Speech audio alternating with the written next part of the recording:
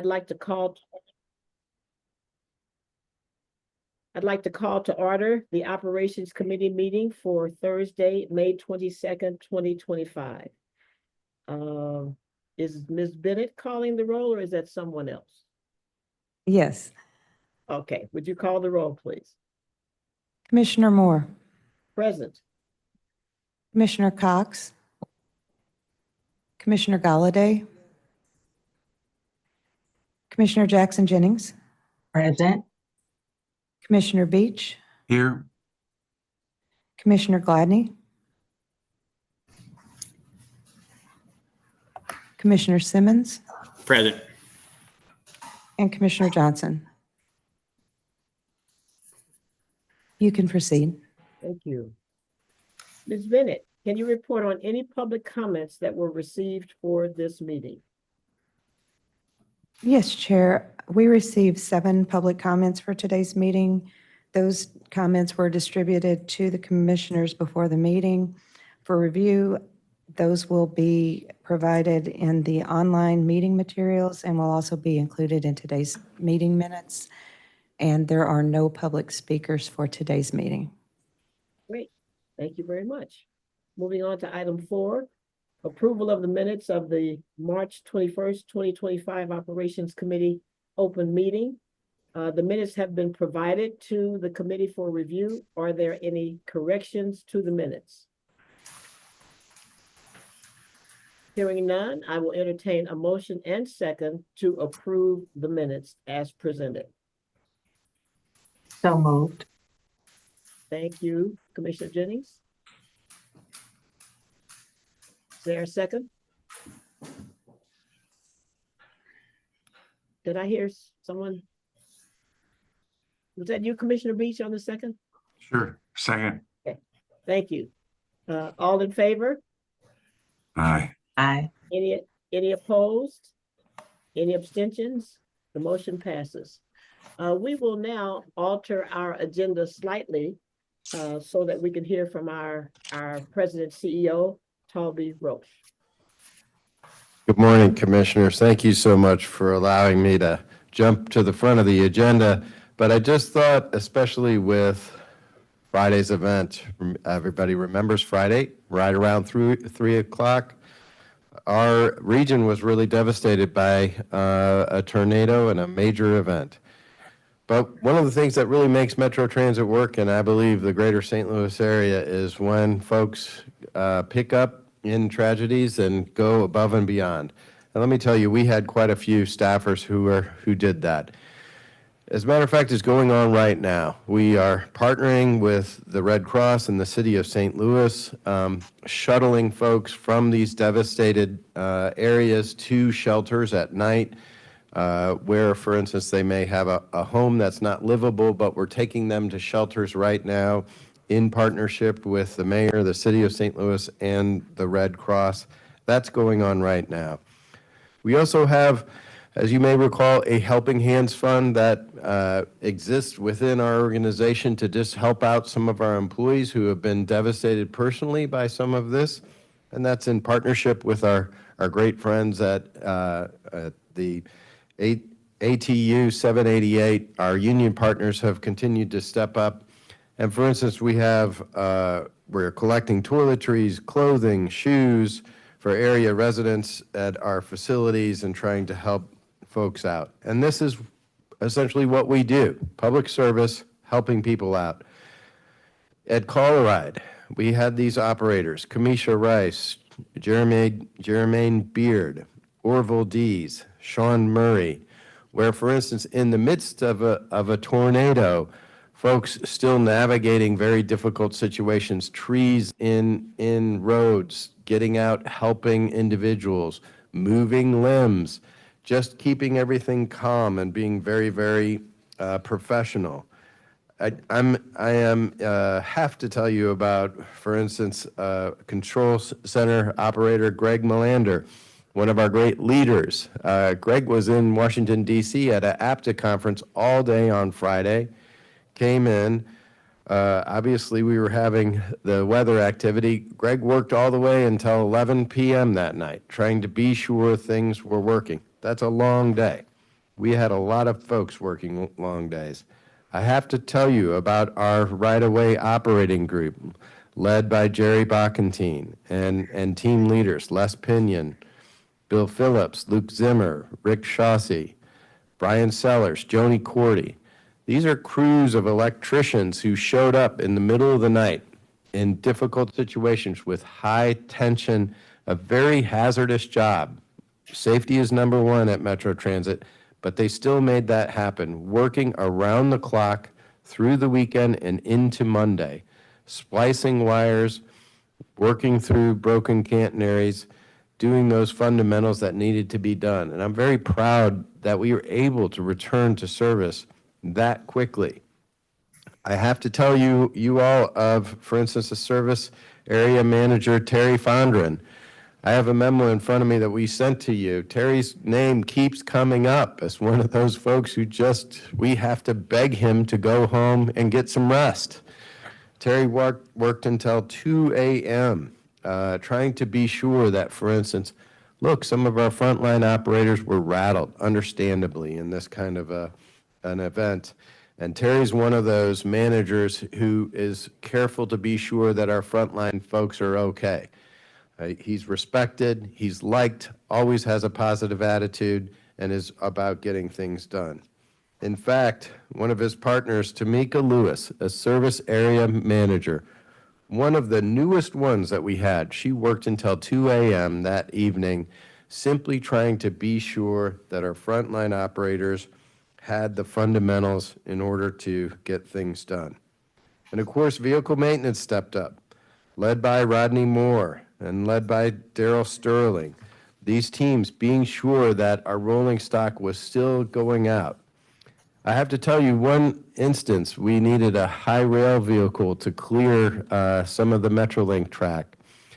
So a special acknowledgement needs to be made of Brian Bowers. Look, he's in vehicle maintenance. We had a high rail vehicle that was scheduled for months of maintenance. It wasn't working, but we needed it that night. So Brian came in on his day off and got it going because we needed to get going.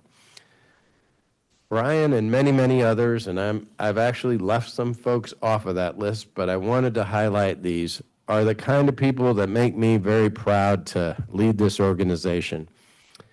I think that all of us should be proud of these folks who not only come, yep, they get paid for what they do, but the passion is about serving their community, figuring out how to get things done.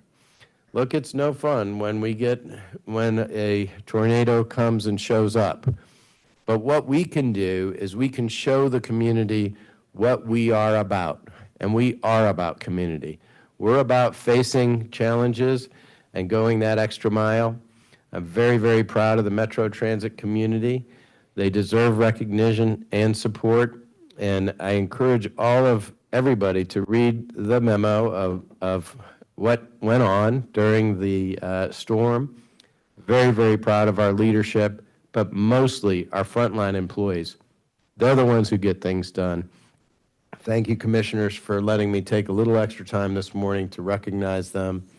And I'm open to all suggestions to try to recognize them perhaps in a special way in the next few weeks when we're able to take a breath and we'll be on the other side of this storm and keep St. Louis moving. Thank you. Thank you very much. I think I can comfortably say I speak for all of us when I say how appreciative we are of the work they did. And the names you didn't mention are many. We realize that too. We appreciate them as well, because anybody who was on a train, on a bus, at a call center, on a security detail, they were all contributors, and we are most appreciative because I've never seen devastation like this in our region, and so much is needed. And a lot will not return as those residents knew it as we knew it, but we are certainly appreciative that we're not dealing with greater numbers in terms of fatality and injury. And as a region, we should all step up in a big way to respond to this problem. So thank you so much, Colby, for your presentation. Moving on to item 5, contract award, Transit Certification and Administrative Services. I will ask Tom Curran for comments, please. Thank you. Good morning, Commissioners. This first request is for authorization to enter into a contract with MTM Transit LLC for Metro's ADA paratransit certification and paratransit services. Congress has mandated that transit agencies must provide paratransit opportunities for individuals who are unable to use fixed route transit services. Clients who use paratransit service must participate in an in-person interview and functional assessment to be certified to use the paratransit system. Over the past 3 years, 6,000 ADA paratransit eligibility determinations have been made, and 3,000 reduced fare permits have been issued. On March 12th, Bi-State issued a solicitation for the provision of paratransit certification and training services, both on our iSupplier portal and in the Transit Intelligence newsletter, which is an online transit industry resource for posting of jobs and business opportunities. Only one sealed proposal was received, which was from the incumbent provider, MTM Transit LLC. The proposal was scored by an evaluation committee composed of staff from the ADA Services, Call-A-Ride, Planning, and Metro Service Performance departments. MTM Transit's proposal was determined to be responsive and meeting the requirements of the RFP. Enhancements to services in this new proposal include cross-training of contracted staff, mobility management, and increased awareness of travel training. Management is recommending that the Operations Committee accept this request to authorize the President and CEO to enter into a 3-year base contract with 2 option years with MTM Transit LLC for paratransit certification and administrative services in the not to exceed amount of $4,428,427.91. Funding will be provided by the operating budget. And Amy Parker, our Director of ADA Services, and I would be happy to answer any questions you may. Tom, this is a 3-year relationship, is that correct? 3 base years and 2 option years. So the 4.4 million is a 5-year total. Are there any questions or comments from the commissioners who are present? Tom, what is the increase of this contract over the last time? Amy, do you happen to have that information handy, or could you give us a ballpark figure, please? I know Amy is on standby, so it might take a second for her to jump in. Good morning.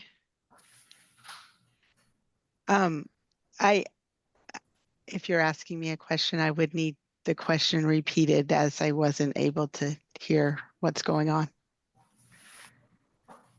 What was the increase of this contractual amount over the last one?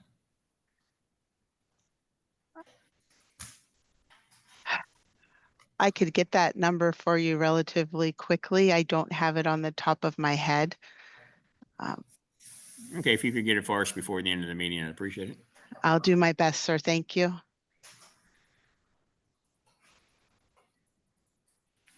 Commissioner Simmons, is this something you want to hold? the No, vote no, we can, until you- we can okay. move on. Yeah. All right, okay. Any other questions? Hearing none, I'll entertain a motion and second to approve this item as presented. So moved. Second. Thank you. Thank you. All in favor? Aye. Aye. Aye. Any opposed? Any abstentions? The motion passed. Item 6, contract award, drug and alcohol program management software. I will ask Tom Curran for comments. Yes, as stated, this is a request to award a contract to Nexus Software Systems for drug and alcohol management software. In order to provide a safe, healthy, and injury-free workplace, Bi-State conducts FTA, Department of Transportation, and Bi-State required drug and alcohol testing of our employees. Drug and alcohol management software is needed to organize, track, and maintain information related to testing and to procedures. The proposed software system will also be utilized to monitor and organize occupational health data, including Department of Transportation medical certifications.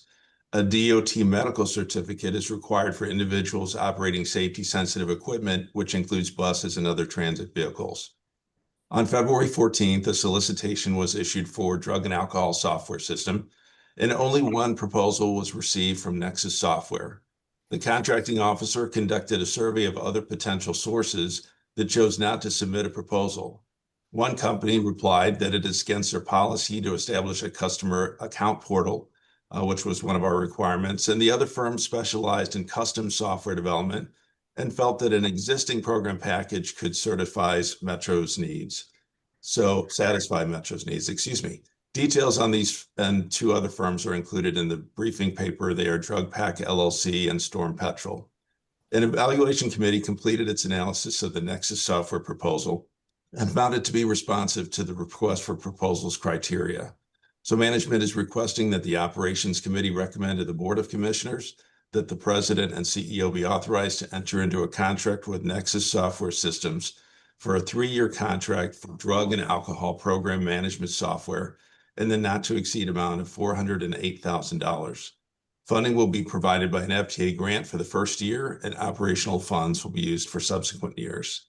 I'd be happy to try to answer any questions you may have. Commissioners, are there any questions for Tom? Same Hearing none? question. Same sorry. question on same question on this. I'd like to know the difference in the cost from the previous contract. So on this, there is no previous contract, and this is something that I had asked about. We've been trying to make it through with various files and Excel spreadsheets for a number of years. Jerry Abernathy is the leader of the drug and alcohol program here. It's been a real struggle, and so when they had this opportunity for an FTA grant, this is a first out of the gate for the drug and alcohol department. Okay, very good. Thank you. Any other questions?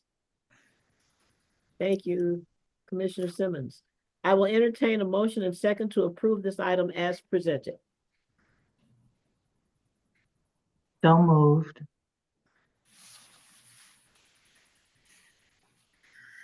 Second.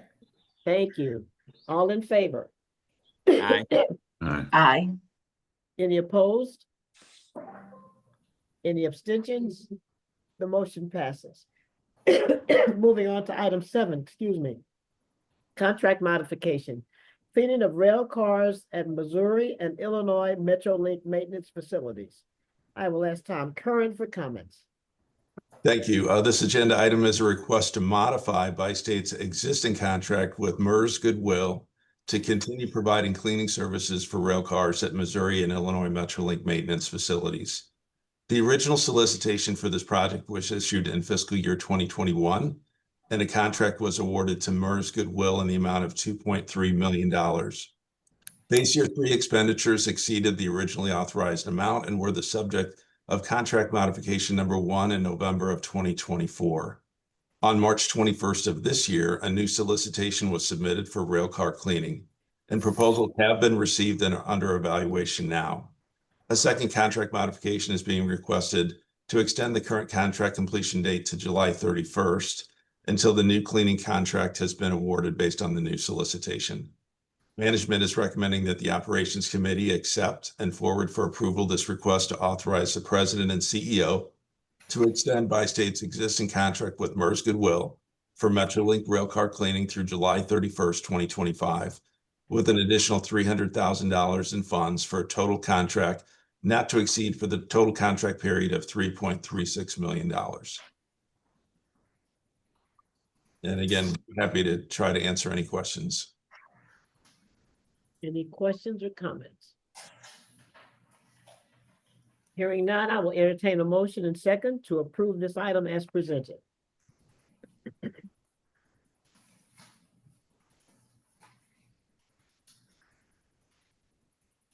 Is there a motion? So moved. Is there a second? Second. Thank Second. you. All in favor? Aye. Aye. Aye. Any opposed? Any abstentions? The motion passes.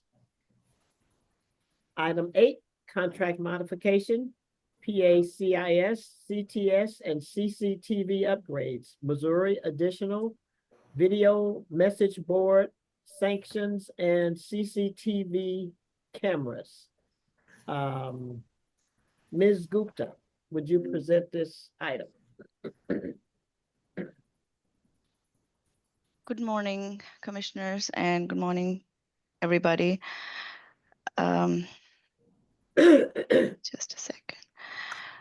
The objective of this paper is to present the Operations Committee for discussion and referral Board of Commissioners for approval, a request to modify basis and closed circuit CCTV system upgrades.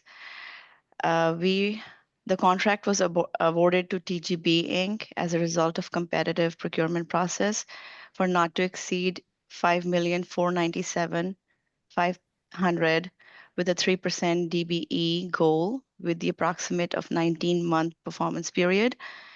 Additional video message board stations and CCTV cameras are necessary as a result of adjacent project development, downtown station enhancement, and secure platform projects.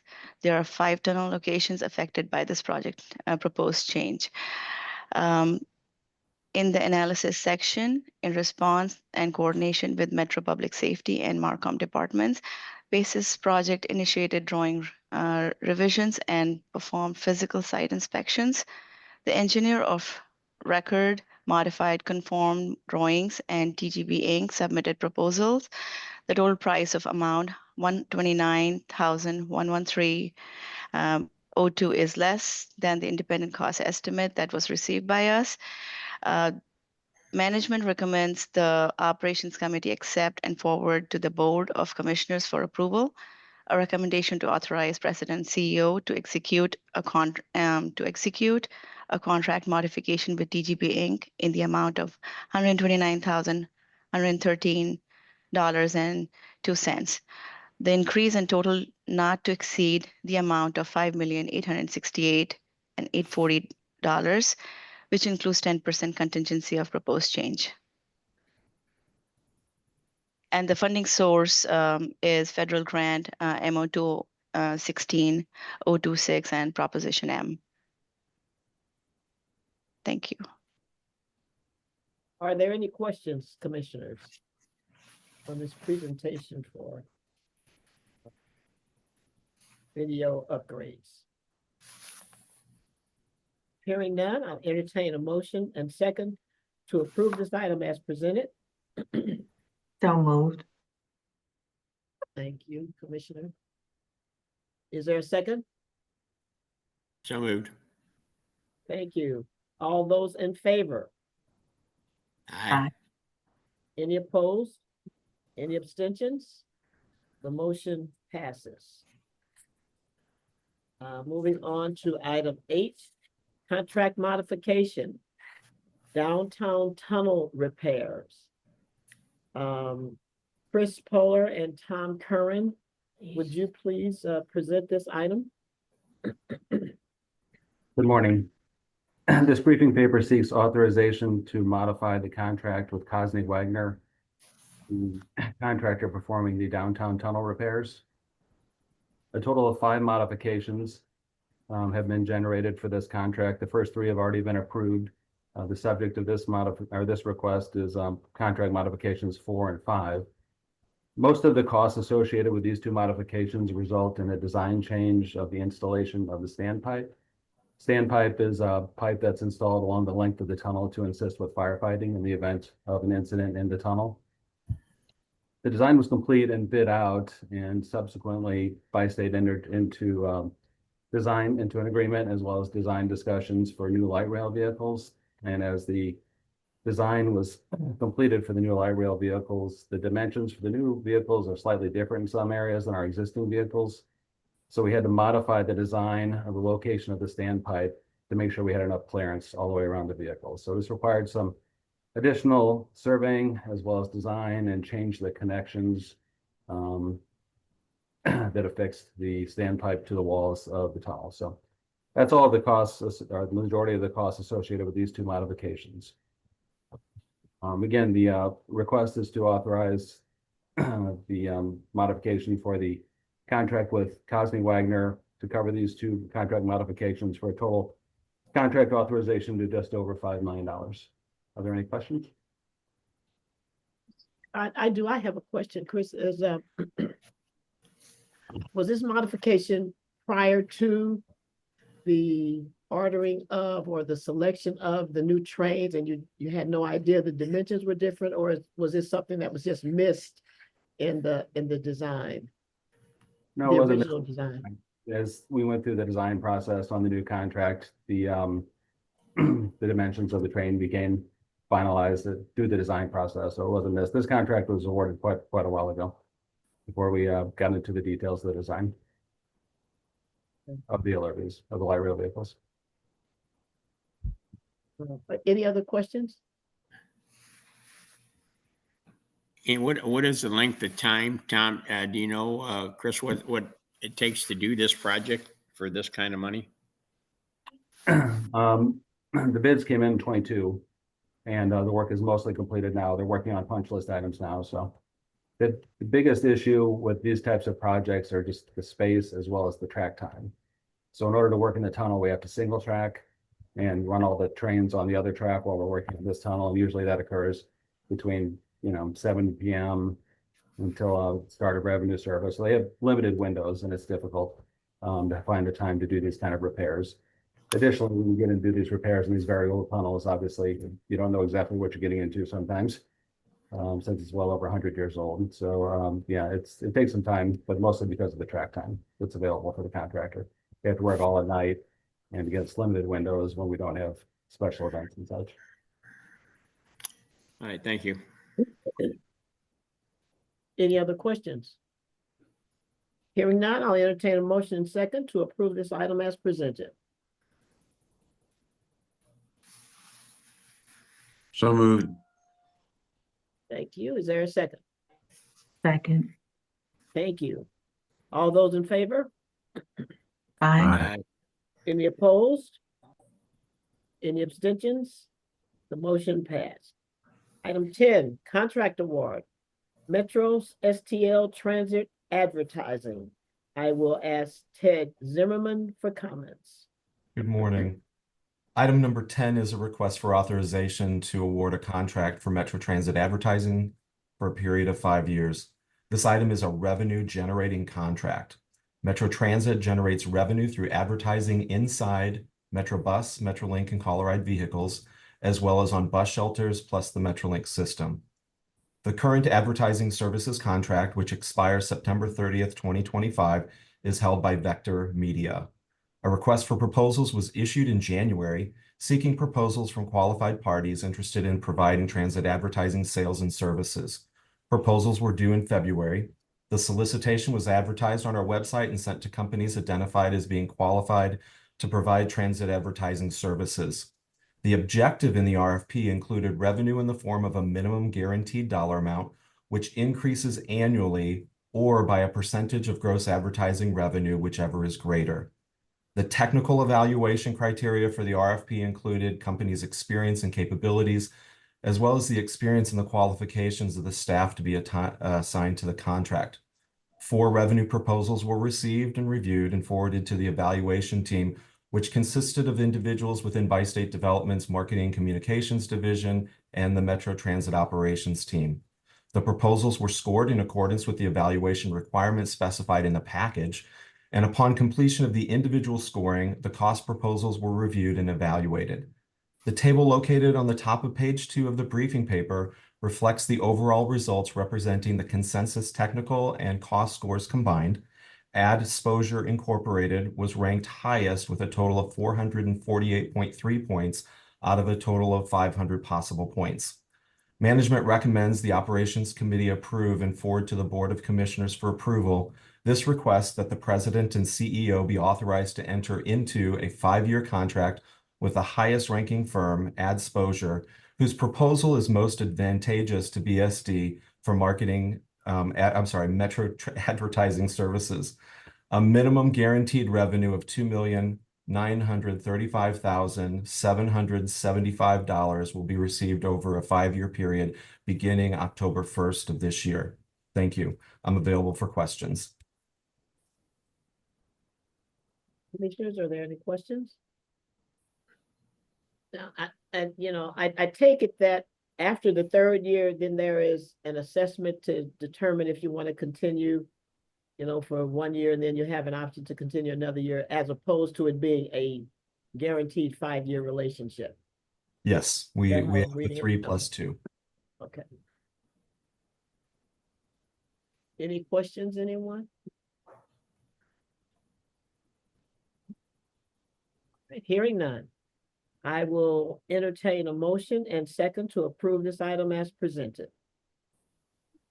So moved. There a second? Second. Thank you. Those in favor? Aye. Aye. Any opposed? Any abstentions? The motion passes. IDOT agreement for taxiway Bravo construction phases 3 and 4, excuse me. I will ask Mary Lammy for comments. Good morning, Commissioners. We are requesting authorization to approve an intergovernmental agreement with the Illinois Department of Transportation for the third phase of construction of the Taxiway Bravo reconstruction project at the St. Louis Downtown Airport. The intergovernmental agreement for this phase of the project was previously adopted by the Board of Commissioners at the September 19, 2024 meeting. The agreement is being reintroduced to the committee and the board as the construction contract was not executed between IDOT and the low bidder within 90 days of the June 2024 letting date. The low bidder declined execution of the contract based on the delay. Because of the delay of the phase 3 and the timing of the following phase 4, the decision was made to combine the two phases into a single bid to attract additional bidders, increase efficiency, and reduce costs. IDOT advertised the new combined project and received bids on April 25th, 2025. The new low bidder is Millstone Weber with the low construction bid of $13,790,000 with engineering oversight fees of $576,000 for a total project cost of $14.3 million. Scope of the combined contract includes the original phase 3 work of signage and lighting plus 4,000 feet of taxiway Bravo reconstruction. Funding percents for the work are based on the original project scope of work and the year the work was programmed in IDOT's multi-year program. So starting with the lights and signage, they are funded at a 90% participation by the federal government, 5% IDOT, 5% by state development. And then the taxiway Bravo reconstruction work is funded 95% federal, 2.5% IDOT, and 2.5% by state development. The previous phase 3 project was $137,000 more than the cost included in the April 2025 bid for an estimated increased cost of approximately $6,900 to by state development. However, combining the two contracts into one result in savings exceeding the $6,900 based on consolidation of contractor pay items like mobilization and the contractor's field office, and then applying the 2.5 funding match, which obviously is less than the 5% for those pay items. IDOT intends to accept the low bid and enter into a contract with Millstone Weber for a total project cost of $14.3 million. Since the funding levels of the two phases have not been formally adopted by IDOT or reviewed, we are requesting approval for a 5% local share not to exceed $712,000 or $712,607 to ensure the agreement can be executed and the project awarded, knowing that the local share will likely be less and probably closer to $502,479,000. The by-state development portion will be funded by the airport funds. Happy to answer any questions. Are there any questions, commissioners? Sounds like a win-win. Yeah. Thank you, Commissioner Beach. I will entertain a motion and second to approve this item as presented. So moved. Second. Thank you very much. All in favor? Aye. Aye. Any opposed? Any abstention? The motion passed. Item 12, contract award, tree maintenance services, MetroLink right of way. I will ask Tom Curran and Andrew Gehazi for presentation of this item. Thank you, Madam Chair. This is a request to authorize the President and CEO to enter into a contract with Happy Tree Services for tree maintenance service along the Metrolink right-of-way. Metrolink currently operates within 45 miles of train right-of-way, and continual vegetation control is necessary for the safe and reliable operation of light rail service. An additional 5.2 miles of right-of-way for the Mid-America Airport extension that is currently under construction will also fall under the scope of work. On April 2nd, BiState issued a sealed bid solicitation for tree maintenance along the Metrolink right-of-way. Only one sealed bid was received in response to the solicitation, and that was from the incumbent provider, which is Happy Tree Service.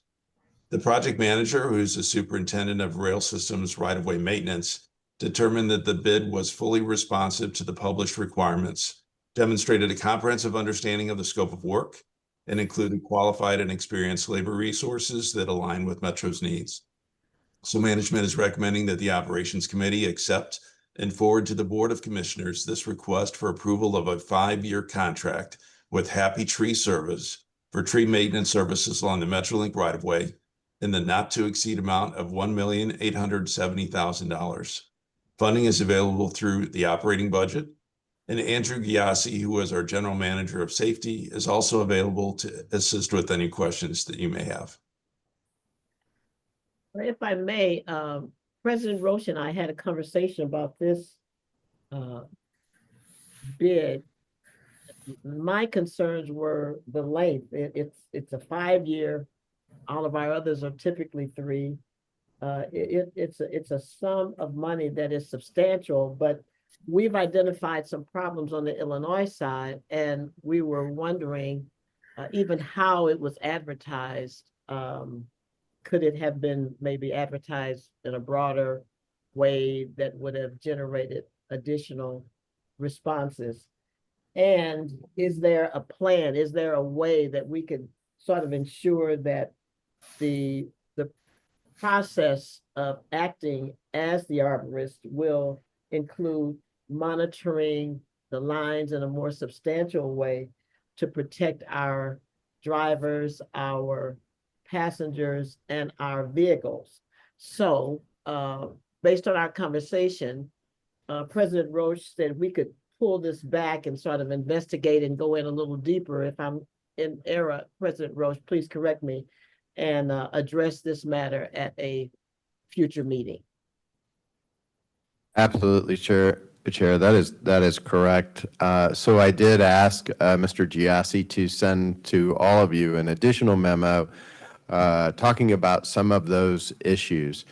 And certainly, gosh, with Friday's event, maybe this is an opportunity for us to do a little bit of a deeper dive and look at these important contractors.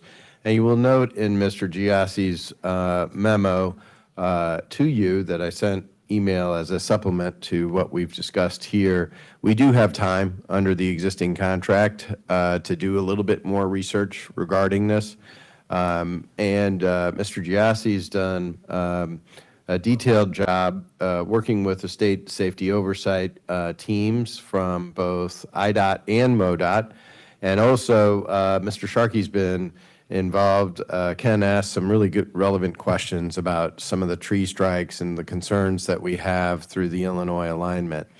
So it probably makes sense, or absolutely makes sense for us just to continue to maybe research the issue a little bit more. Maybe we could table this contract right now, not take it up, and provide a little bit more details and see what kind of options that we could go through. So that would be very acceptable. We always, no reason to say that Happy Tree has not been responsive, but also some of it is maybe some of our needs have changed. And maybe there's a reassessment associated with Friday's events where we can look at things in a little bit more detail. So I think all of those are very acceptable ideas, and Madam Chair, I leave it to the commissioners if tabling this is what we're talking about and maybe doing a little bit more research. We are happy to do so. Madam Chair, I have a question. Tom, do we have the numbers on the difference in the contracts moving forward with this? What's the increase? I can get that, sir, Commissioner, before the end of the meeting. I will call that up now. But unless Andrew knows that off the top of his head, I don't have that in front of me, but I can certainly find out. And I know that Amy had put in the chat the answer to the other question that you had earlier in regard to the increase in regard to the MTM Transit LLC testing services. So I hope everybody had a chance to see that in the chat. I did not see that. Didn't see it. So there is the previous contract with MTM Transit. This again is for paratransit certifications, was for $3.58 million. It started at $674,000 a year and escalated to $759,000 per year by the fifth year, which gave us a $3.58 million total. The new total for 5 years looking into the future is $4.428 million. And so I decided to rather just look at the difference for the total of the old contract and the total of the new contract, what the escalation rate per year would be. And basically it's 6% under the new contract, 6% annually. Okay. And Mr. Roach, I would just ask that when we move forward with any of these type of contracts, that we have that information available, so where Tom and his staff or whoever it may be would have that readily available, so the commissioners would know what percentage we're looking at as we move forward. Yes, Commissioner. Thank you. Yes, Commissioner, so we have a couple on the white papers. We always have to mention funding source. So I will take the opportunity to say that we also look at the delta between the previous year and the upcoming years. So very easy for us to do as a standard operating procedure, and happy to do so, and we'll do it from here out. Thank you. I was going to ask that same question, Commissioner Simmons. Let's go back to tree maintenance. Do we need a motion on that to table this item? Is that I make necessary? a motion to table it. Second. All those in favor? Aye. Aye. Any opposed? Any abstentions? Thank you. The item is tabled at this time. Item 13, contract modification, employee medical testing and wellness services. I would ask Tom Curran for comments. Thank you, Madam Chair. Again, this is a request to enter into a contract modification for Bi-State's existing contract with Barnes Care, Inc. for employee medical testing and wellness services. Federal, state, and local agencies require that transit operators meet minimum health standards and be drug and alcohol free. Occupational medicine services help ensure the health and wellness of Bi-State employees through testing services, including drug and alcohol, medical review officer services, essential functions testing, worker compensation services, and wellness services. Essential functions testing ensures that workers are physically capable of performing their job duties. On May 1st, 2021, Bi-State entered into a contract with Barnes Care to provide these required services for occupational medicine in the amount of $1.5 million for a performance period of 3 base years plus 2 option years. Beginning in November of 2021, Bi-State began monthly job fairs in response to our need for mechanics, bus operators, and van operators. These job fairs resulted in substantial cost due to the significant increase in pre-employment drug and alcohol testing, essential functions testing, and DOT medical certification, because all of these tests and certifications were being done on site at the job fairs for 40 to 150 candidates per event. Another reason for the rising cost is the increased volume of random testing and also post-accident testing. Additional funds are needed to cover services rendered by Barnes Care in option year 1, which is 2025, and anticipated services for option year 2 in 2026. So management is recommending approval of a modification to our existing contract with Barnes Care for employee medical testing and wellness services in the amount of $1.5 million, increasing the not to exceed total contract amount to $3,013,655. And I believe that Andrew is also available for questions on this topic. Tom, questions? Yeah, repeat that. How many candidates per event? Was that, I see where it says between 40 to 150 candidates per events. Is that Yeah. correct? Yes, this is at the job fairs. And I'm sure that it's a great range from, event to event, but that is the data that was provided. I'd be curious to see that data. I was at a few of those job fairs, and I mean, I don't remember ever seeing nowhere near the upwards of that. And so that has a concern to me also. But Okay. So just to, when we were looking at, in particular, certainly over the past year, in order to move our employment numbers up, one of the issues that we were trying to expedite was as a one-stop shop, so to speak, when we were recruiting individuals. And a lot of times the employment screening and testing, whether it be drug or health related, would be one of the limiting factors. In other words, it would cause a delay, and then people would go on and either find another job or they would find another opportunity. So when we started the job fair concept, which has been very successful in employment numbers, we did need the help of BJC to be present at those job fairs monthly. And it has been a really successful piece so that we can clear folks out and obviously make offers contingent on then the testing coming out as, I guess, what would be negative.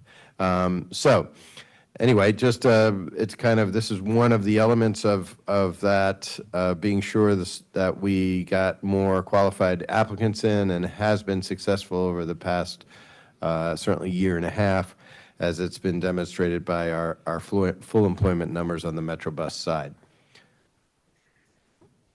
so what I'm reading is that the 1.5 million increase is not to exceed the $3 million contract. Is that due to the extra added testing that they're expecting, or what they did? So it's for both. Andrew, can you speak to that point, please? Exactly. It's for the testing that we've already completed and the tests that we are foreseeing for future job fairs that we're projecting. That amount might not necessarily be expended. I mean, it just depends on the numbers of individuals that come, and it's just a projection based on that range. Yep. So it could be less ultimately. Is that correct? Absolutely. Great point. Okay. Thank you. Any other questions? I will entertain a motion and second to approve this item as presented. So moved. Second. Thank you. All those in favor? Aye. Aye. Any opposed? I oppose. I oppose. Okay, that is noted. Commissioner Simmons, opposition? Any abstentions? The motion passed, I believe, right? Correct. Item 14, St. Clair County operating agreements. A follow-up. I'll ask Greg Linars for comments, please. Good morning, Madam Chair. This item is simply to fulfill the commitment that was made to you all at the previous meeting when these St. Clair County contracts were done as a walk-on item, that we would publish them so that they were in the public record as being approved. So what you see here as attached to your agenda is a copy of the resolution and the executed service and maintenance agreements that you all approved at the previous meeting. Happy to take any questions.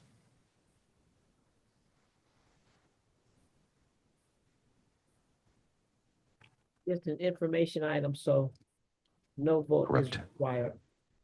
Are there any questions? Okay, moving on to item 15, Fair Collection Program Update.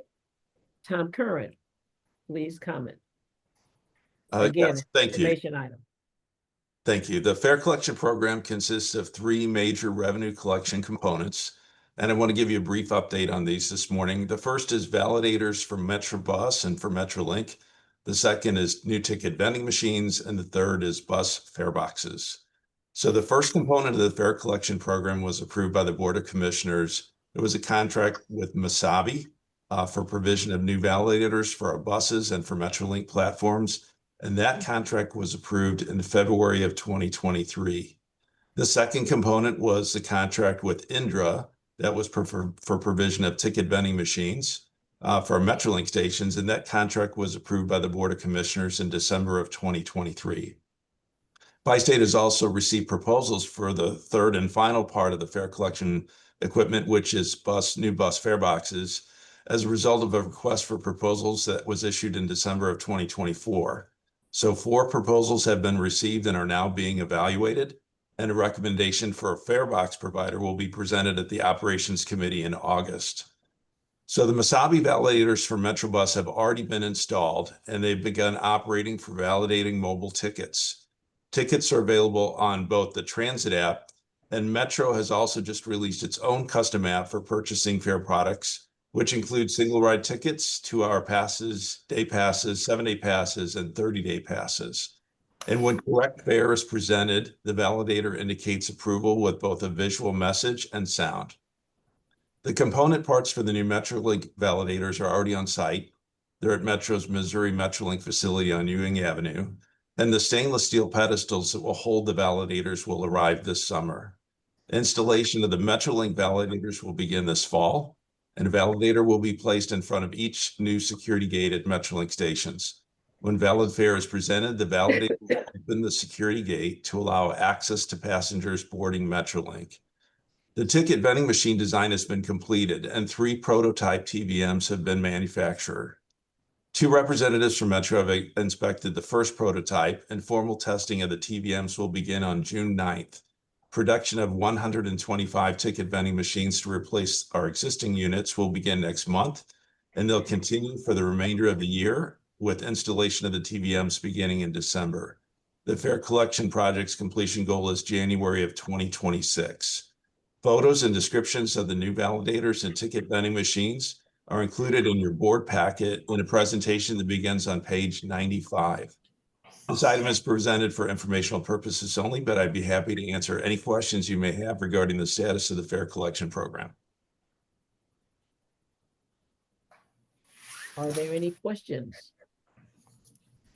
So, Tom, just to clarify, this entire project with our secure platform system and the fare collection project is scheduled to be completed by when?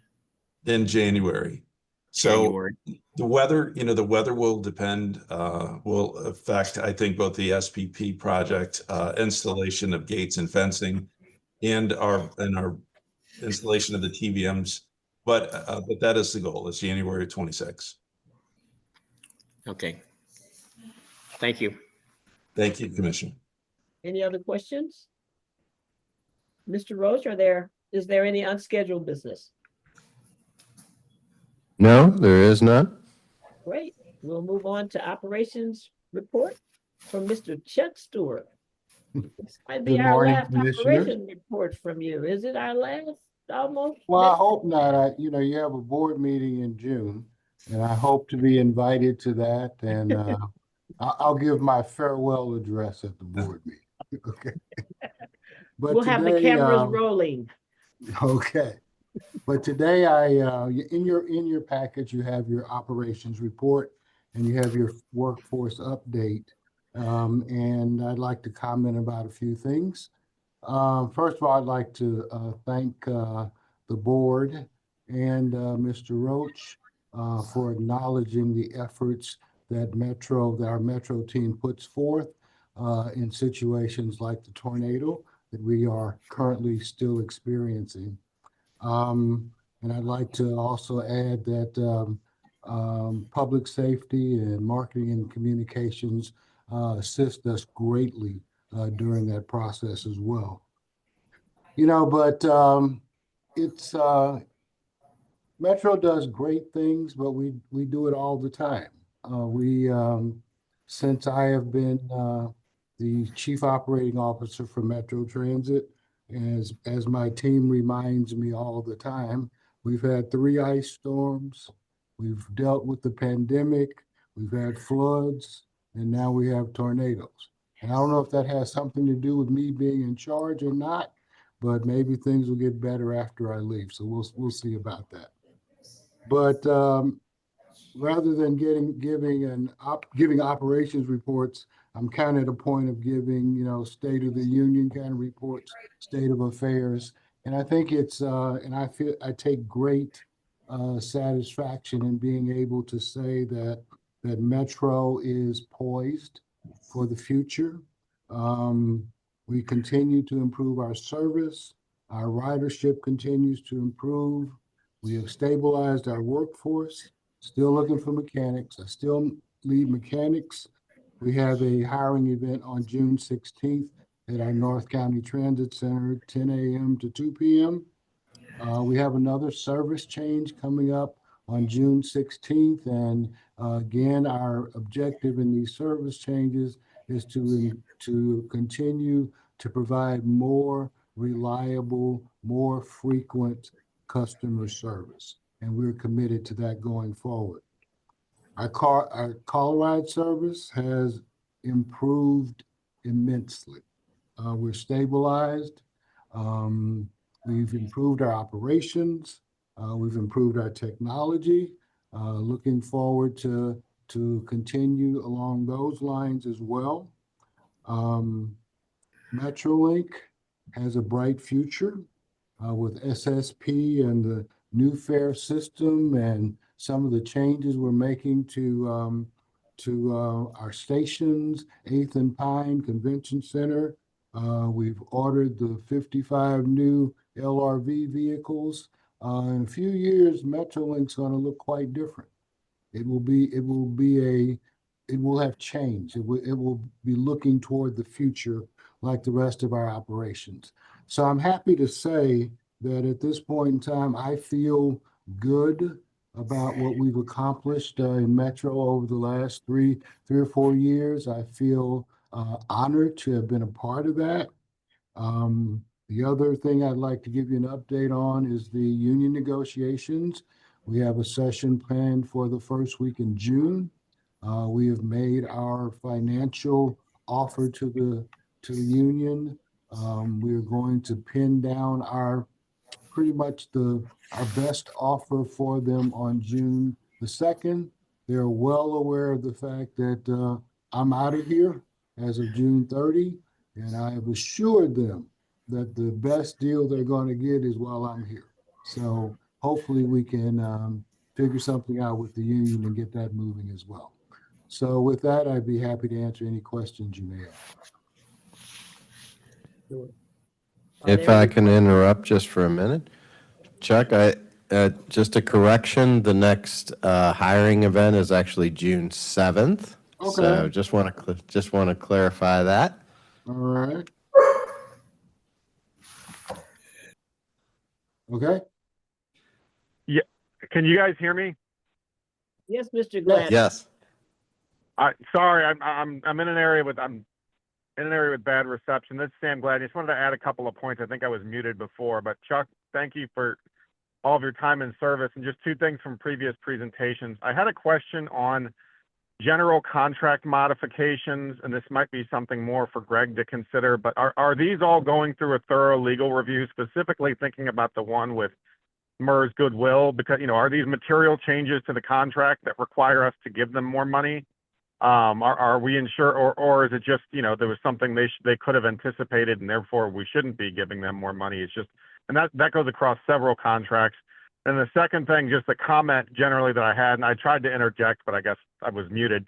For Tom and the team with the Fair Collection System, we've now told the public that January 2026, these things are going to be up and running, which means they need to be up and running by then. So if the contractor is having issues and those sorts of things, it would behoove us to, bring those to the board's attention, immediately, because what I don't want to see is, around like December 15th, we have to go back to the public and tell them, well, now it won't be available till March because there was an issue. So I just wanted to flag that's something we're paying attention to, because we've made, several pretty public promises to people in newspapers and other things that this fare collection system will be up and fully operational in January of 26. So please let us know if they're having issues ahead of time. Those are just my two general flags, not necessarily for Chuck, but thanks for indulging me.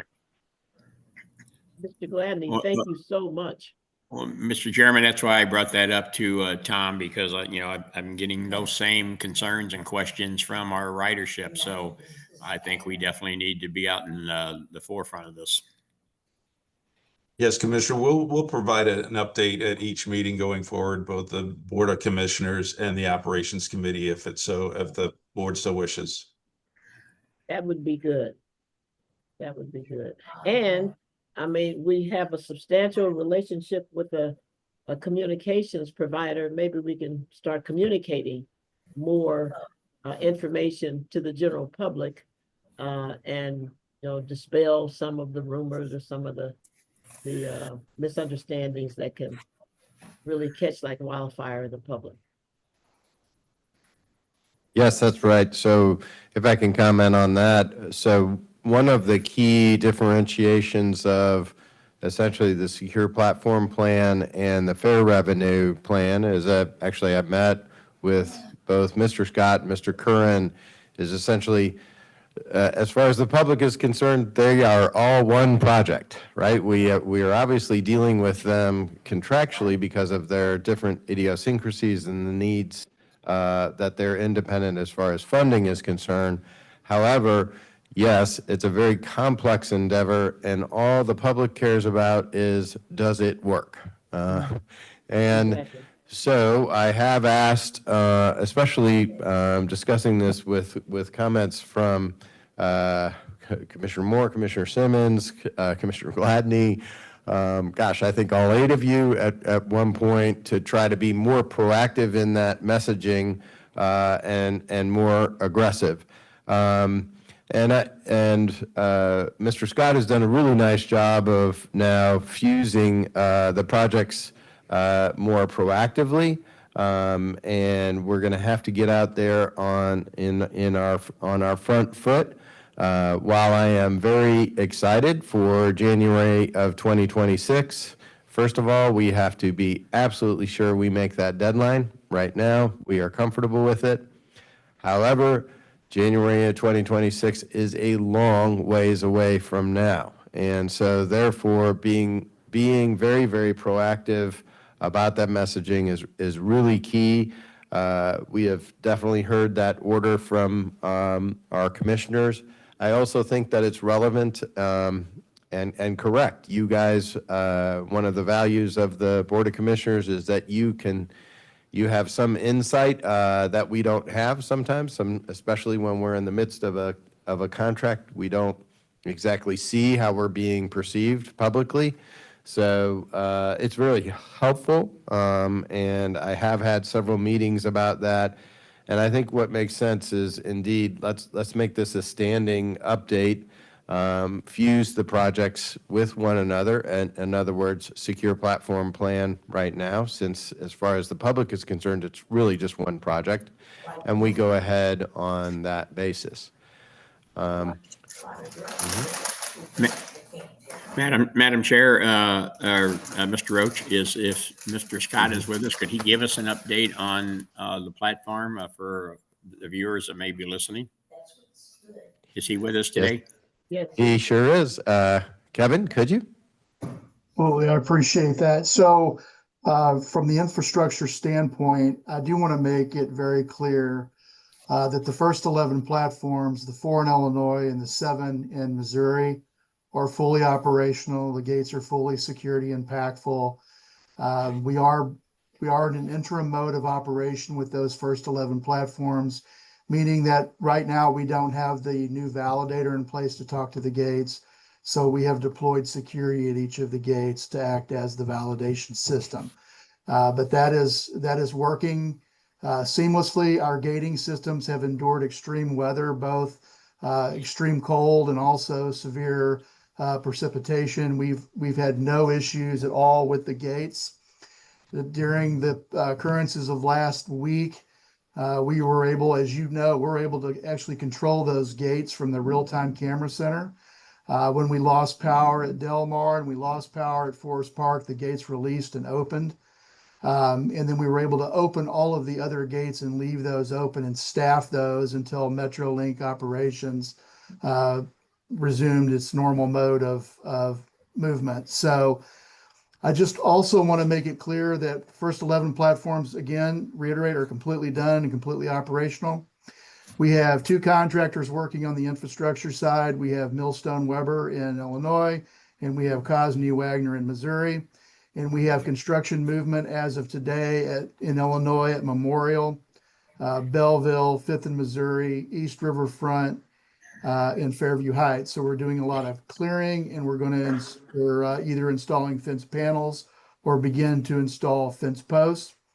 In Missouri, Cosney Wagner has begun work in concrete removal at North Hanley, Rock Road, and Wellston. So the end of January of 2026, I will reiterate again, is our anticipated completion date. So I feel the movement by the construction teams have been very proactive. We are on the Missouri side working through some encroachment permits with some different entities. And so we're staying on top of those, answering questions, and trying to get those permits approved as quickly as we can. But with that, I feel very confident about the infrastructure. You have legal head. Thank you very much. So Kevin, when you say the sites that are up and functional, that's everything but the validators, you're still maintaining staffing there. And how are we as far as the staffing level in order to make sure we continue to be able to do that? Yeah, the staffing level is not been an issue for us. We have been able to maintain that very fluidly. Obviously, when we put security officers at those 11 gates, there was a learning curve. There were things that we needed to work through, but I think it's a very valued interim plan that we have in place. The longer this goes on, the better our security team gets. We were able to, on Friday during the severe weather, we were able to move our team to cover. We were able to open the gates from the camera center. We were able to then re-secure the gates once the security staff was put back in place, once the weather system cleared. So, look, the infrastructure of SPP had to move forward. And I also would like to mention that during this process, we've seen a significant reduction in incidents at these locations. Our total incident rate on MetroLink is basically down 50%. We are, in the end of 2023, we were at 14 incidents per 100,000 boardings. And today we are sustaining 7 incidents per 100,000 boardings. So if those 11 platforms that I attest that are fully operational, that is everything that we need to operate other than the validation system, obviously in the ticket vending machine, which is coming. But those are fully operational locations. They've proven very effective in showing us what we need to do in the future. The infrastructure had to go in first, and we have 38 different locations, and all of the locations are very complicated. They're not the same. And so it was very necessary to move forward. And we knew from the very beginning of this process, Mr. Commissioner, that we were going to have to put an interim plan in place, and we think we've done that very effectively.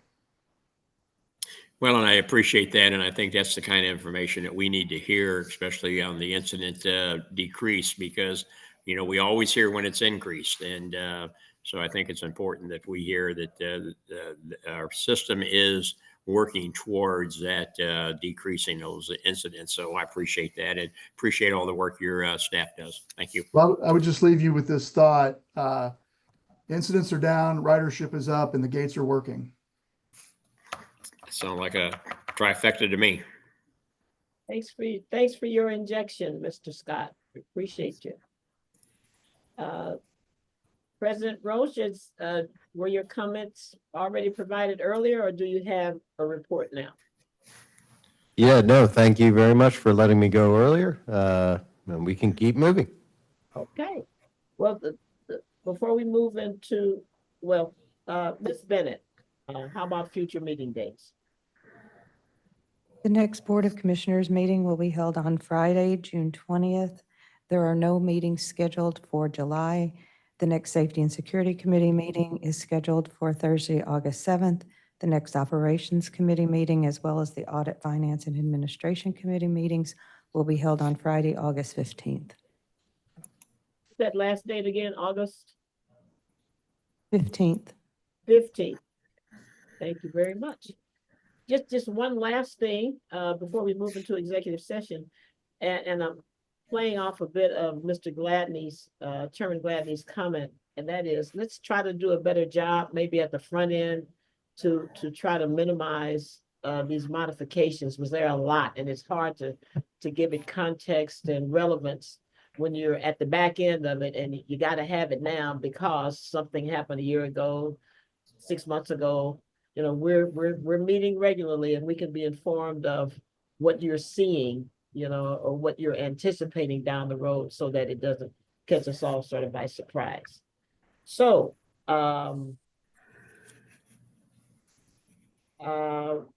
we'll be going into executive session. Let me see. So let's adjourn to executive session. Mr. Roche, is there any need to go into executive session?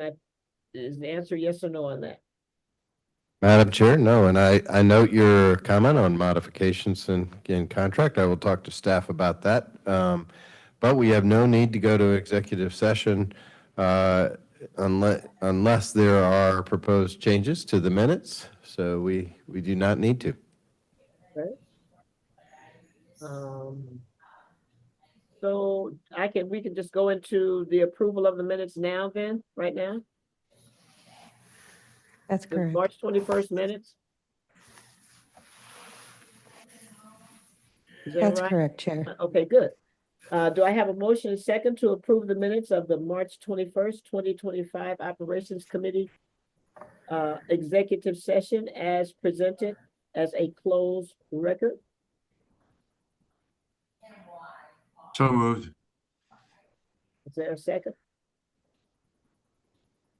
Second. Okay, Ms. Bennett, you'll need to poll the committee, correct? Correct. Commissioner Beach, Yes. Commissioner Simmons, Yes. Commissioner Jackson Jennings, Yes. Commissioner Gladney, Yes. and thank you, and Commissioner Moore. Yes. The motion passed. Thank you. Well, if there is no further business, I will entertain a motion to adjourn this meeting, and thank you all for your participation. So moved. Great, Second. great. All in favor? Aye. Aye. Motion passes. Our meeting is adjourned. Mrs. Jennings, you're up. Thank you, Commissioner.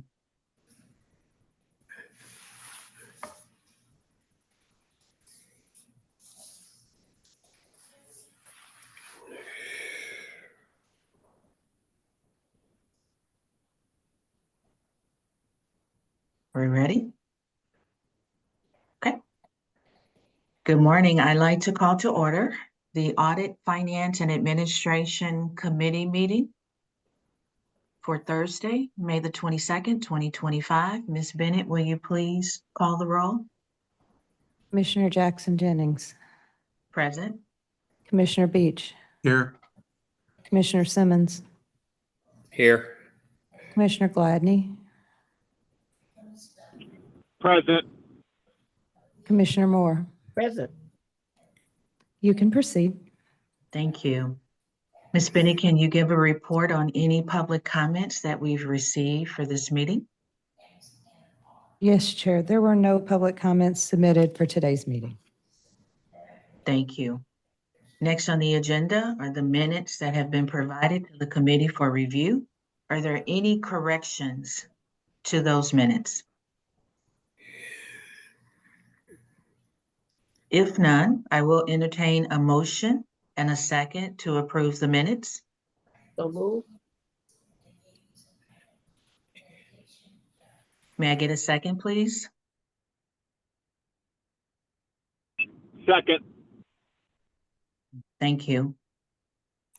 All those in favor? Aye. Aye. Any Aye. opposed? Any opposed or any abstentions? The motion passed. Next on the agenda is the sole source contracts for hardware and software maintenance.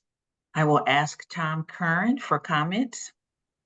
Thank you. This is our annual request for approval of sole source contracts for hardware and software maintenance. Bi-State's investments in technology platforms for services such as dispatching, fare collection, and employee timekeeping enhance our business and keep operations running smoothly. Bi-State has entered into software maintenance agreements that ensure necessary support is available when needed. These agreements provide for correction of errors discovered in the software, upgrades to improve performance, adaptive maintenance as our operational environment changes, and technical and emergency support. The Operations Committee has been collectively approving these hardware and software maintenance agreements through a single vote for over 10 years. Most of our maintenance contracts are for less than $100,000 in cost annually, and they don't require Board of Commissioners approval, but there are 11 contracts that exceed that amount. The contracts are with Giroux, Indra, Kronos, M-Files, Spare Labs, Scheiden Bachman, Trapeze, Vontas, DataServe, Oracle, and Gardner. So descriptions indicating the purpose of each software product are included in the briefing paper. The fiscal year 2026 operating budget allocates approximately $4 million for costs associated with hardware and software maintenance contracts. This is the same amount that was approved by the Board of Commissioners in fiscal year 2025, although some of the software companies have changed. Management is requesting that the Audit, Finance, and Administration Committee accept and forward to the Board of Commissioners for final approval this request for fiscal year 2026 funding of sole source contracts for hardware and software maintenance, the amount of $4 million. These expenses are part of the annual operating budget. They're funded through local sales tax appropriation, with the exception of the Oracle upgrade, which will be paid for through a federal grant. And I'd be happy to answer any questions you may have. Are there any questions for Mr. Karen, Commissioners? Hearing none, I will entertain a motion and a second for approval on this item. So moved. I'll second you, Mr. Beach. Thank you. All those in favor? Aye. Aye. Any opposed? Any abstentions? The motion passed. Item number 6, proposed board policy revision, section 60.040 and 70.010. I will ask Mr. Greg Laniers for comment. Thank you, Madam Chair. These two sections of board policy, these amendments are made in conjunction with BSD's review of our board policies for compliance with the recent batch of executive orders beginning January 20th, 2025. We had a discussion about that at a previous board meeting in terms of internal policies, and that, those practices that review has been completed. Diana Bentz and I have been working on those provisions, and we're at or near completion on all of those efforts. The policies and the public-facing documents on our website have all been changed. The only thing that was left to remain to do was to put the board policies that require board approval in front of you. And the only two sections that we found that were in need of change was section 6E040, which had language concerning affirmative action and an affirmative action plan, which is one of the things that the new EEOC from the new administration has issued executive orders indicating that those should not be enforced by any organization receiving federal funds. And so we're recommending removal of that section. And there was reference in section 70.010 to the term equity, which is also one of the terms that is indicated in those executive orders for removal. I'm happy to answer any questions if there are any. Any questions for Mr. Laniers? Hearing none, I will entertain a motion and a second to approve this item as presented? So May I moved. get a motion and a second, please? More move. So moved. Thank you. All those in favor? Aye. Aye. Any opposed? Any abstentions? The motion passed.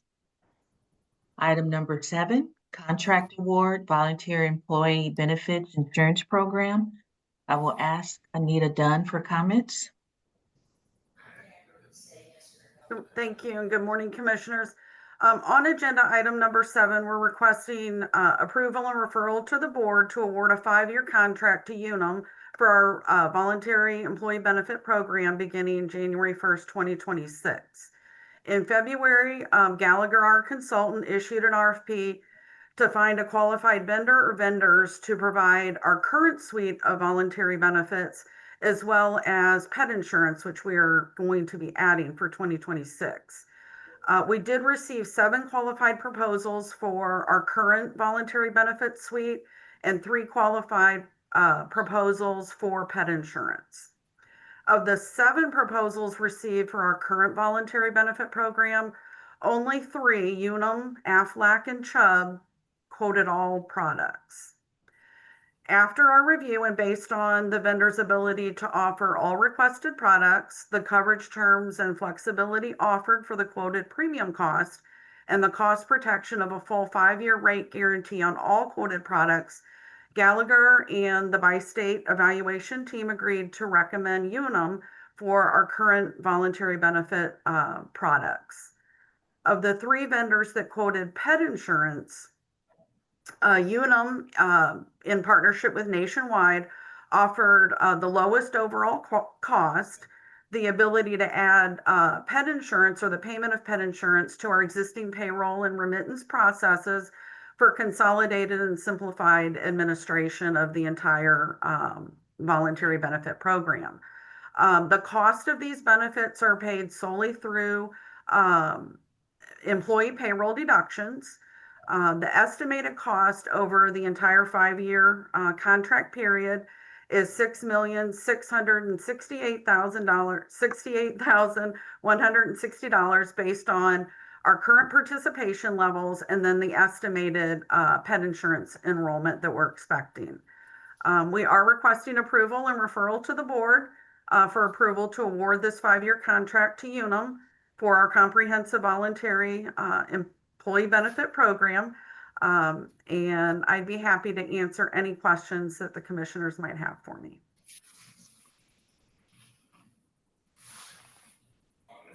Any questions for Ms. Dunn?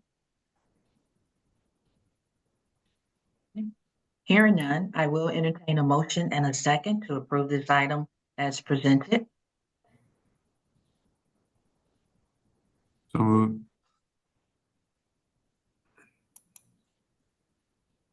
So moved. Second. Thank you. All those in favor? Aye. Any opposed? Any abstentions? The motion does pass. Item number 8, contract award, basic life, AD&D, voluntary life, retiree life, STD, and LTD. I would ask Anita Dunn again for comments. Thank you.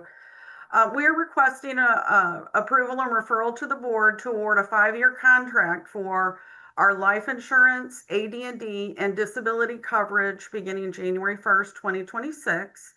Our consultant in March, our consultant Gallagher, issued an RFP to find a qualified vendor to provide basic, supplemental, and retiree life insurance, accidental death and dismemberment, short-term disability, and long-term disability coverage for bi-state employees and retirees. 7 qualified proposals were received. In the initial review of those proposals, Hartford and New York Life both emerged as the top 2 vendors based on their ability to match our current plan design and their competitive cost proposals. After reviewing receiving and reviewing the best and final offers from all vendors that quoted. The same two vendors rose to the top. So we scheduled a review and system demo with each of those vendors. Subsequent to that, Gallagher was able to go back to the vendors and ask for increased maximums on our short and long-term disability programs, which were needed due to our increased payroll volumes. Both vendors did improve their rate, or both vendors did improve their rate offers. So after reviewing them again, it was determined that New York Life did provide the best combination of plan design features, the increased disability maximums, and overall very competitive costs given our claims experience in the past 5 years. The estimated total cost over this 5-year contract would be $5,611,720. That is based on our current participation levels, our estimated growth, and assuming rates are going to be held for years 4 and 5 based upon a stable claim experience. And I should mention that the vendor did offer a full 3-year rate guarantee. They will hold the rates for years 4 and 5 if our claim experience is performing at a stop or a loss ratio less than 82%. So with that, we are requesting approval and referral to the board to approve the award of this 5-year contract to New York Life for our life, AD&D, and disability coverage. And again, I'd be happy to answer any questions that any of you might have for me.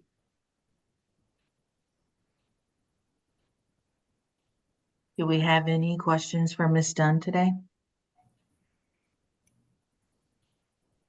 Ms. Dunn, thank you. Hearing none, I will entertain a motion and a second to approve this item as presented. Thank you, Ms. Moore. Second. Thank you. All those in favor? Aye.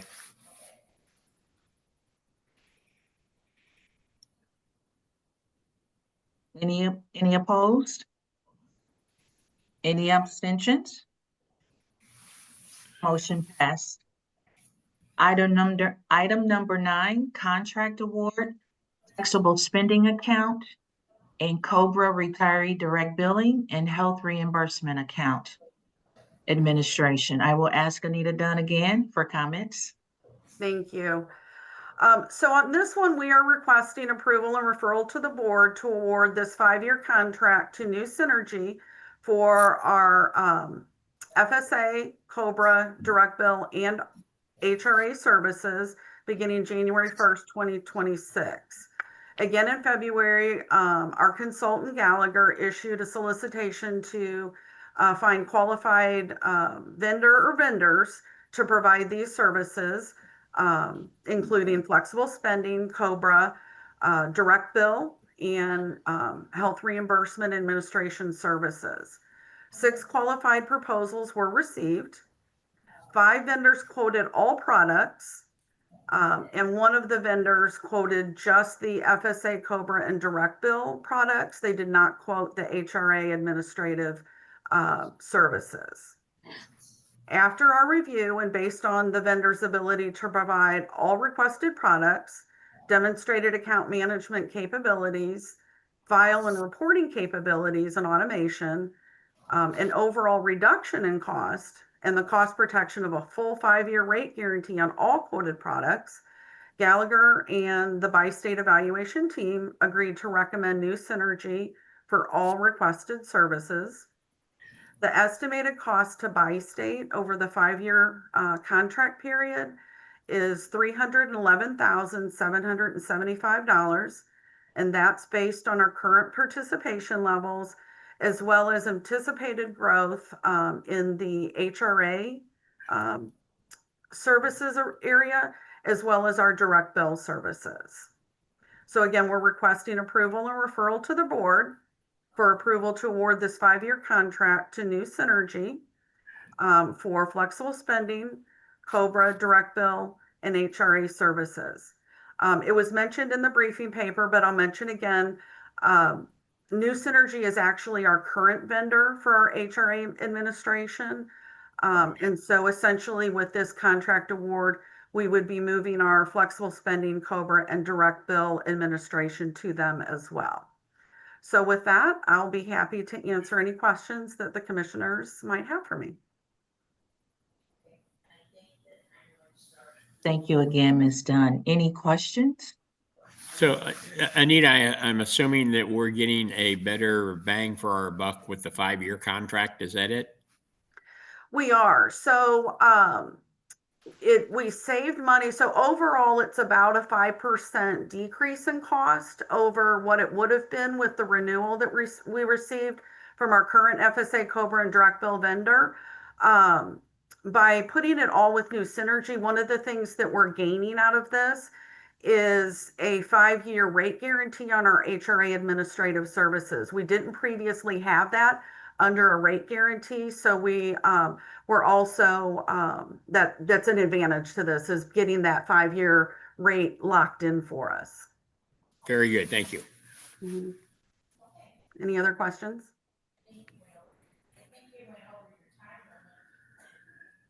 Hearing none, I will entertain a motion and a second to approve this item as presented. So moved.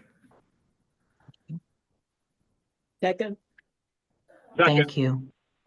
Thank you. All those in favor? Aye. Aye. Aye. Any opposed? Any abstentions? The motion does pass. Items 10 through 12, Internal Audit Department Follow-Up Summary, Third Quarter, FY 2025. Internal Audit Department Status Report, Third Quarter, FY 2025.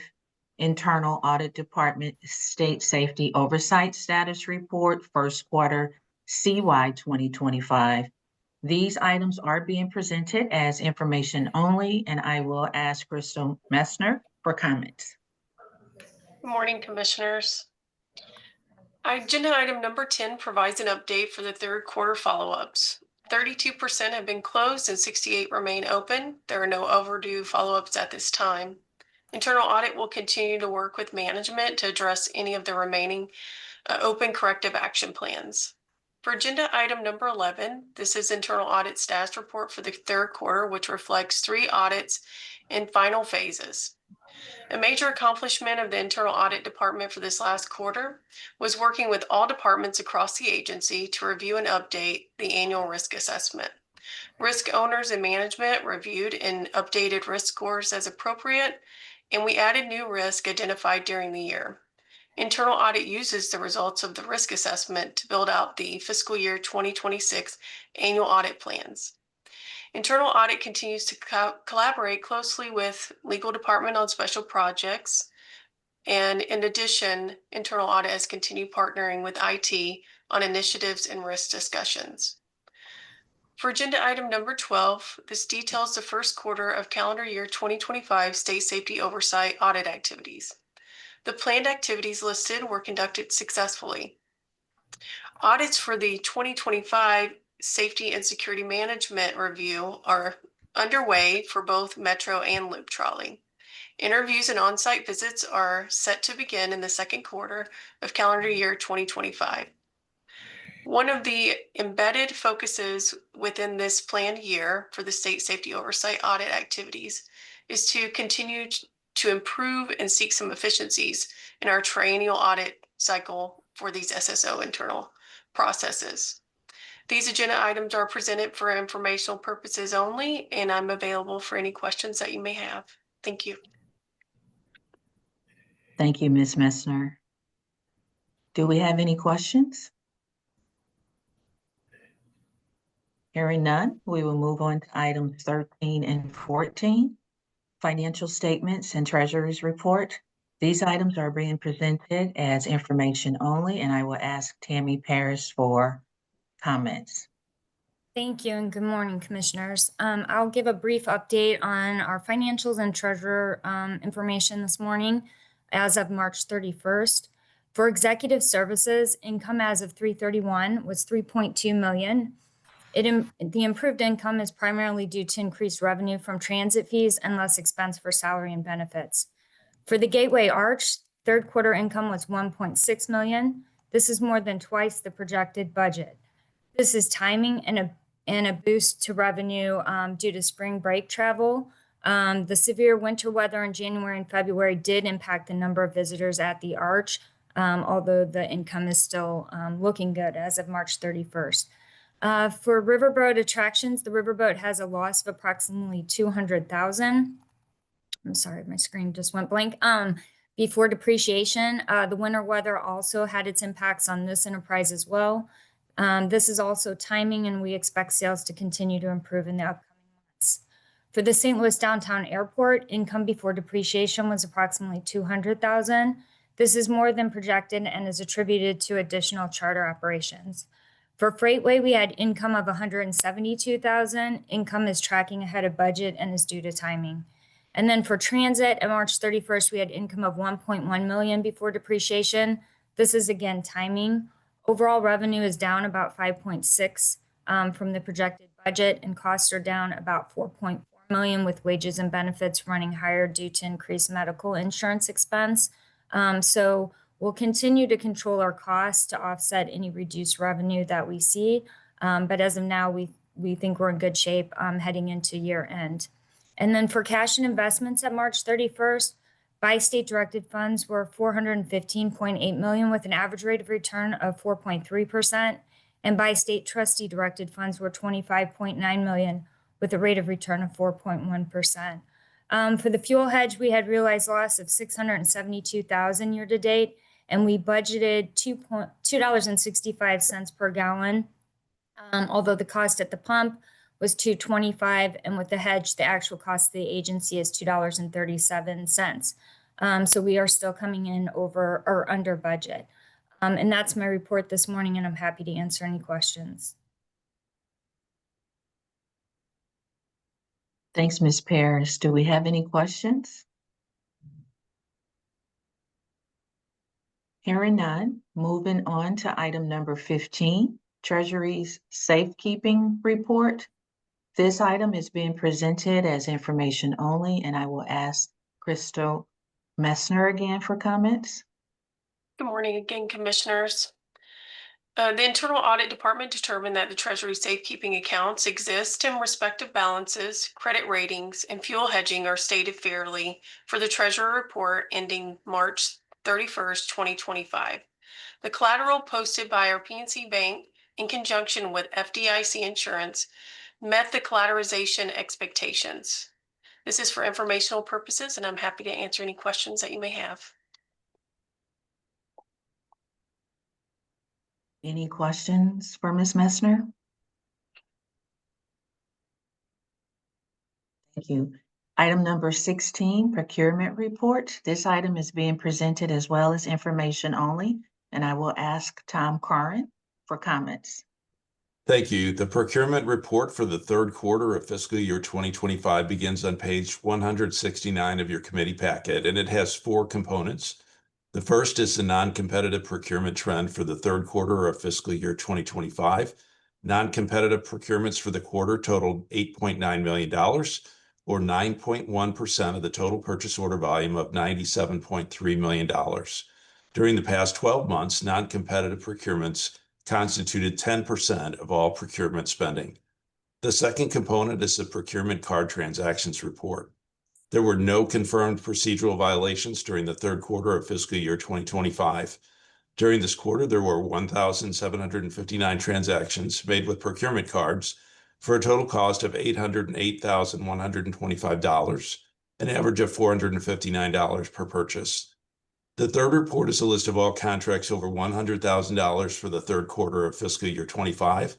The largest of these was our contract with Allied Universal for public safety and security services, followed by a contract with Express Scripts for pharmacy benefit management, and 2 contracts for SPP improvements at Missouri and Illinois Metrolink stations. The final component of the procurement report is the contract modifications report for the third quarter. The modifications listed involve exercising option years on existing contracts, service additions to current projects, and some no-cost time extensions. And I'd be happy to answer any questions you may have.